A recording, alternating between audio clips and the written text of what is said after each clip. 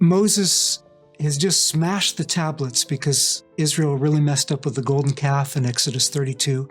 So Moses goes back up on the mountain to get some more tablets, to ask for God to forgive his people. And God says, Moses, I'm not going to dwell among them any longer, but you're my friend.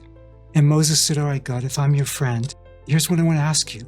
I want to see your glory. God says, Moses, nobody can see all of my glory and live, but I'll show you part of my glory. And so as the Lord passes before Moses, there's this cosmic spectacle of fireworks. But as the Lord passes before Moses, the heart of the revelation of God's glory is his heart, his character.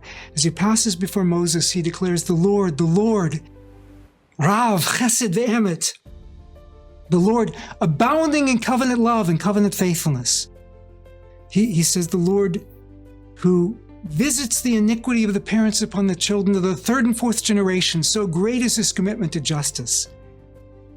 But whose chesed, his faithful love, and his emet, his faithfulness to his word, God's covenant love and covenant faithfulness, will be not to the third and fourth generation, but to the 1,000th generation of those who love him and keep his commandments. So much greater is his mercy than his wrath. Afterwards, Moses said, okay, God, you've made all your goodness pass before my eyes. If this is your heart, then please forgive us and dwell with us. And God said, I will.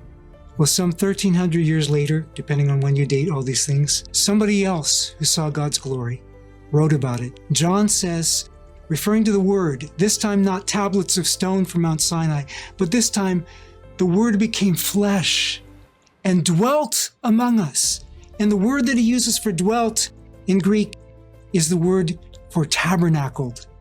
Just like God dwelt with Israel in the tabernacle, he tabernacled among us.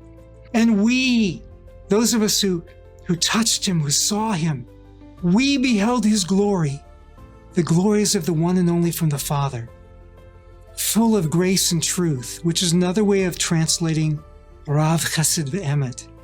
That is, abounding in covenant love and covenant faithfulness.